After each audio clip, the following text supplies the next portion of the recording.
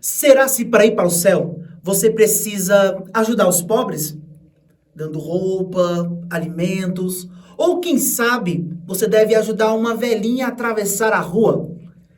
Pode acontecer também de você observar aquele catador de latinhas que está ali subindo com todo o esforço e aí então você ajuda ele.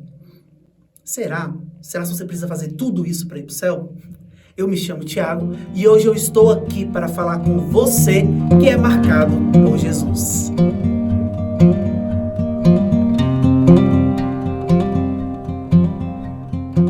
A história que a gente vai usar hoje é a história de Nicodemos e Jesus. Jesus vai falar lá em João 3:3 a seguinte coisa. Em resposta, Jesus declarou: digo-lhe a verdade, ninguém pode ver o reino de Deus se não nascer de novo. Aí você me pergunta, o que é nascer de novo? Mas essa história está se passando com Nicodemos e Jesus. Nicodemos, ele é um fariseu. Ele não é só um fariseu, ele é uma grande autoridade naquele lugar. E por isso, ele resolveu encontrar Jesus à noite, para que ninguém pudesse ver que ele estava se encontrando com Jesus. Até porque Jesus praticava os seus milagres, as pessoas elas ficavam maravilhadas, mas os fariseus queriam sempre alguma oportunidade para matá-lo. Então, por isso que Nicodemos ele foi ali, na escura da noite, encontrar Jesus. E ele falou a seguinte coisa: nós sabemos que você ensina da parte de Deus, porque ninguém iria fazer tal coisa se não fosse por meio de Deus. Então ele reconheceu que Jesus ele estava agindo porque Deus ele queria que agisse. Deus estava usando Jesus. Mas Jesus quase que não ligou para o que ele estava falando e foi direto ao ponto, a um ponto muito importante, que foi o texto que a gente leu. Em resposta, Jesus declarou: digo-lhe a verdade, ninguém pode ver o reino de Deus se não nascer de novo. Nesse momento, Nicodemos ele também teve as suas dúvidas. Ele falou, mas como é que é esse negócio de nascer de novo? E ele não estava entendendo nada. E olha só que interessante, para chegar aonde ele chegou, demandou muito tempo. Para você conseguir aí entender onde ele chegou, vamos imaginar, por exemplo, alguém que é militar. Não sei se você conhece alguém que é militar, mas para chegar de tenente para general, demanda muito tempo. E a pessoa ela tem que ter muito tempo para aprender muitas coisas. Então demanda muita coisa, conhecimento, tempo. E do mesmo jeito, Nicodemos ele foi crescendo até chegar onde ele chegou. Ele era o chefe ali dos sacerdotes. E Jesus continuou enfatizando: é necessário nascer de novo. Mas o que é nascer de novo? Você deve estar perguntando aí. Nascer de novo é você voltar para a estaca zero. É você recomeçar. É você deixar tudo o que você é para trás e recomeçar. Olha só que interessante. Se a gente for pensar no nascimento de uma criança, a mãe ela passa 9 meses com a criança na sua barriga e então, quando chega a hora, a criança nasce. E olha só que interessante. A criança não tem um passo a passo para seguir. Não existe a fase 1, fase 2, fase 3, aquilo que a criança ela deve fazer de forma perfeita. Não. Por quê? Porque a criança ela não precisa fazer nada para nascer. A própria mãe sangra. A própria mãe sente as dores de parto. A própria mãe fica com aquela criança os 9 meses na barriga. Aquela mãe sofre para que aquela criança nasça. Essa história parece com uma história que a gente conhece, né? A história de Jesus. Jesus teve que sofrer tudo. Jesus teve que sangrar. Jesus teve que se doar, se dar por nós, para que nós pudéssemos nascer. É isso que Jesus está falando para Nicodemos. Nasça de novo. Comece do zero. Quando isso acaba entrando nos ouvidos de alguém que está numa cadeia, ou de alguém, de uma prostituta, ou de qualquer pessoa que está perdida, isso entra como uma esperança.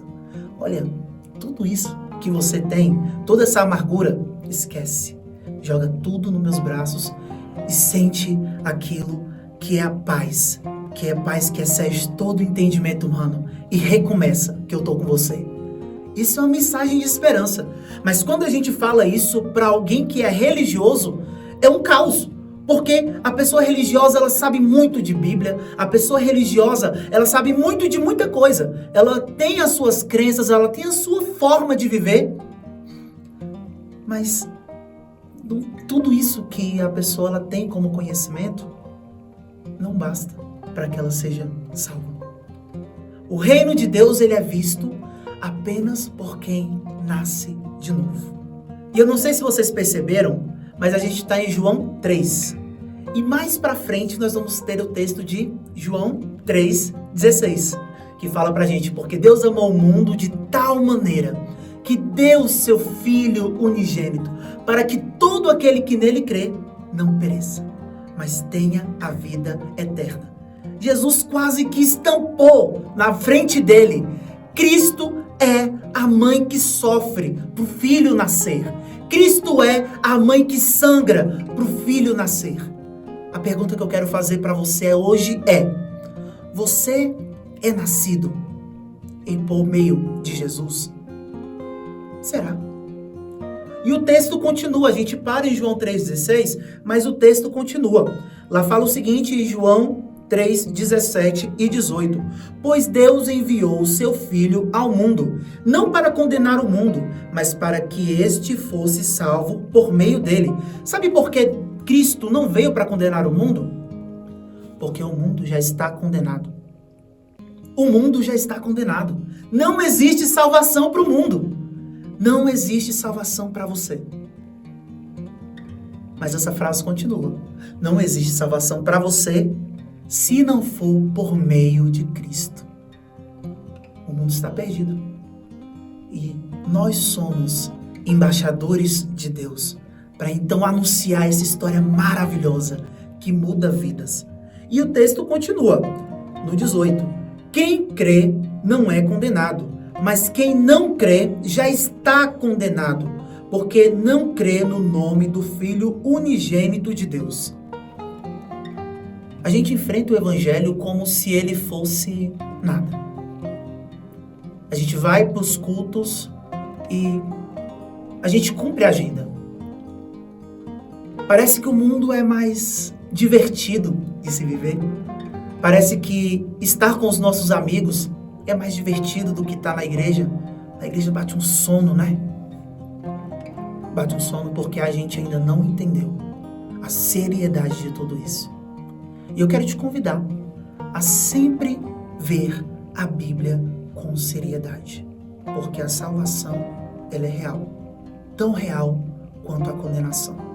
Você está gostando da palavra que eu trouxe para você hoje? Então faça o seguinte, aperta no botão de gostei. Desse jeito o YouTube ele vai ver que é um conteúdo relevante e vai levar para muitas outras pessoas e abençoar a vida dessas pessoas. Também não se esqueça de comentar aí embaixo algumas questões que você tem dúvida ainda. Pode colocar aí que a gente vai dar uma visualizada com certeza e vamos falar sobre esse assunto. Não esqueça de poder compartilhar esse conteúdo também para pessoas que precisam saber dele. E essa é a atitude de alguém que é marcado por Jesus.